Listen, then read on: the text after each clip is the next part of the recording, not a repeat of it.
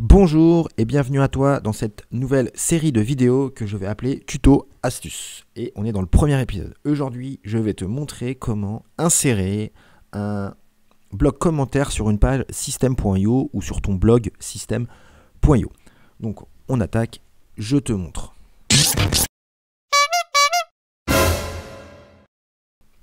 Donc normalement, sur system.io, de base, on va aller dans l'éditeur de page.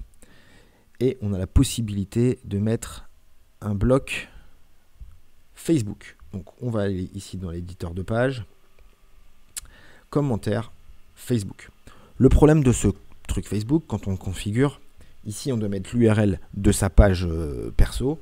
Le truc c'est que ça va être un seul bloc pour toutes les pages.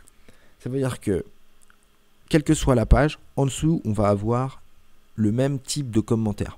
On va avoir que les commentaires du bloc en question. Donc ça n'est pas intéressant. Quand on a des articles de blog et on veut scinder un petit peu les commentaires, enfin quand je dis scinder, on va avoir des commentaires en rapport avec la page, et bien du coup avec ça on ne peut pas le faire. Moi j'ai une autre solution, ça s'appelle Disqus et c'est vraiment très bien fait, professionnel. Je vais vous montrer à quoi ça ressemble dans un premier temps.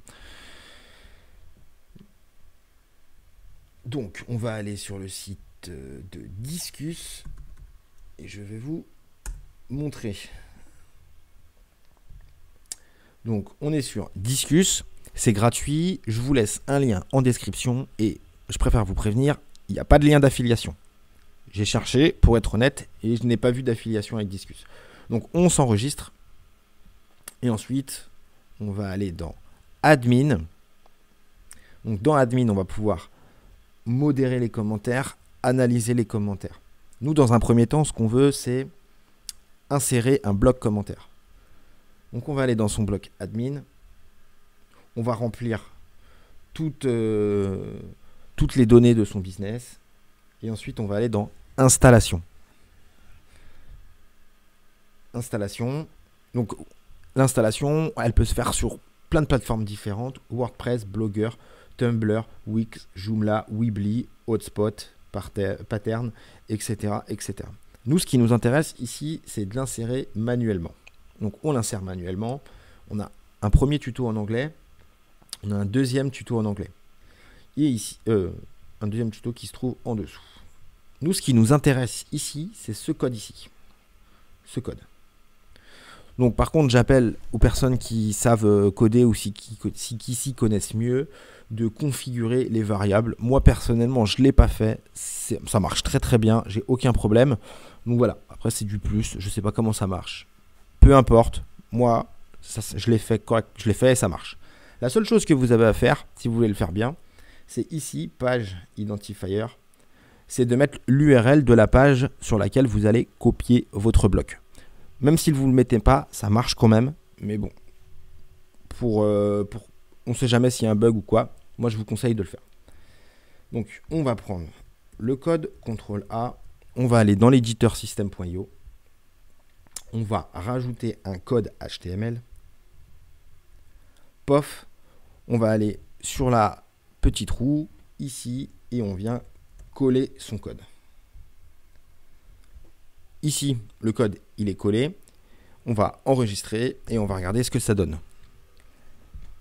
Et boum, vous avez un bloc commentaire qui apparaît sur lequel vous pouvez laisser des commentaires, etc., faire des discussions, etc., etc.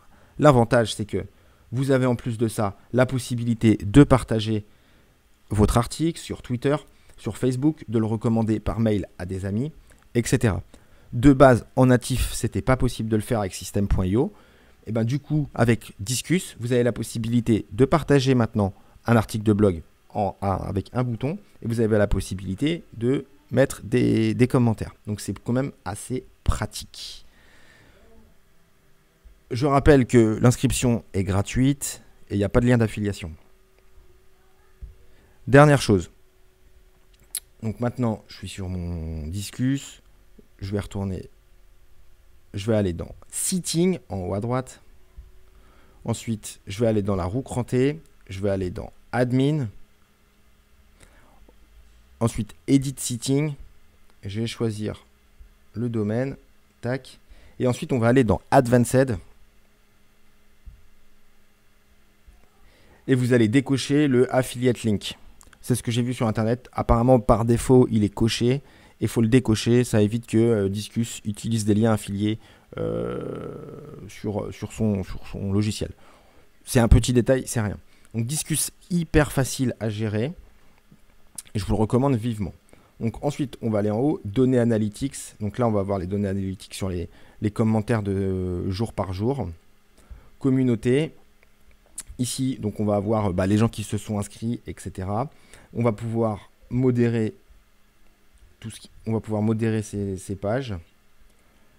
Hop, là, il y a les discussions. Donc page par page. Voir où le bloc a été installé.